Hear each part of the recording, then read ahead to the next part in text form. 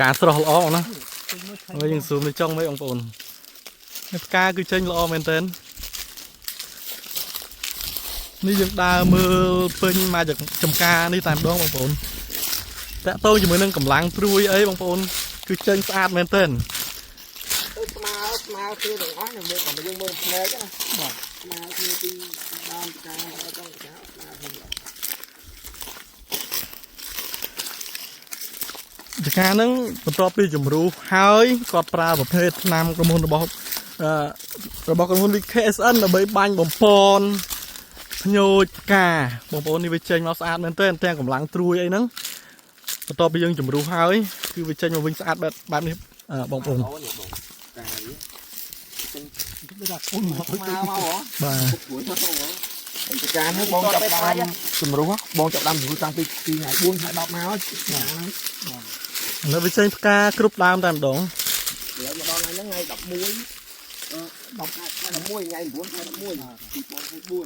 2024ហ្នឹង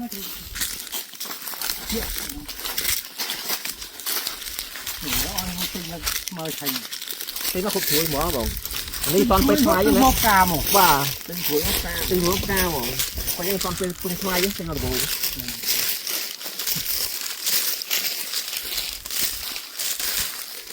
បាច់យកខ្លាយទិញដល់ហ្នឹងបងនៅតំបន់ហ្នឹងតកាគេចិត្តហ្នឹងអត់តន់ចេញទេណាអត់មានទេអត់តន់ចេញផ្កាទេយើងមុនគេរបស់យើងមុនគេបាទគេឲ្យទៅចេញល្អទៀត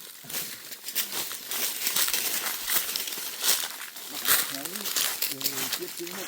បាទទិញទៅនេះគឺមកវិញបាត់មកវិញដើរទៅដើរទៅគូ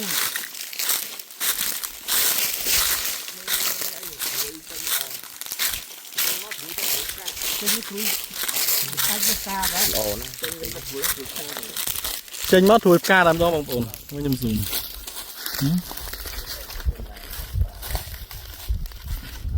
ខ្លាចកថាំងការអញ្ចឹងគឺអត់យកផ្កាអត់យកអត់កាន់ក្តាប់បាទយើងលក្ខណៈថាវគ្គទី1វាចេញព្រួយមានការមកទៅខ្ញុំបើកាន់ចេញគឺកាន់អូដែរវាប្រឈមនឹងតម្លៃហ្នឹងបាទតម្លៃចូលចំតាមបទពិសោធន៍យើងដែលជាអ្នកចការយើងធ្វើកន្លងមកដូចជាការជំរុះហើយយើងត្រូវចេញមកយើងចេញព្រួយមកយ៉ាងម៉េចយើងដឹងយើងធ្លាប់ធ្វើបាទរឿងអីថាมันយកចេញស្មើគ្នាប៉ុណ្ណេះហើយយើងជំរុះហ្នឹងដើម្បីឲ្យវាឆាប់ចេញផ្កាចេញព្រួយផ្កាតែតាអាចលក់អីបានថាមិនខឹមខ្ញុំថាមិនខឹមអី3ឆ្នាំទៅជោគជ័យដែរ3ឆ្នាំទៅគេកាប់លុយរាប់ម៉ឺនហើយបើថាយើងទើបតែប្រើឆ្នាំទី1អាហ្នឹងយើងអត់តវ៉ាមួយគេទេបាទយើងប្រើហើយតាំងពីឆ្នាំទៅ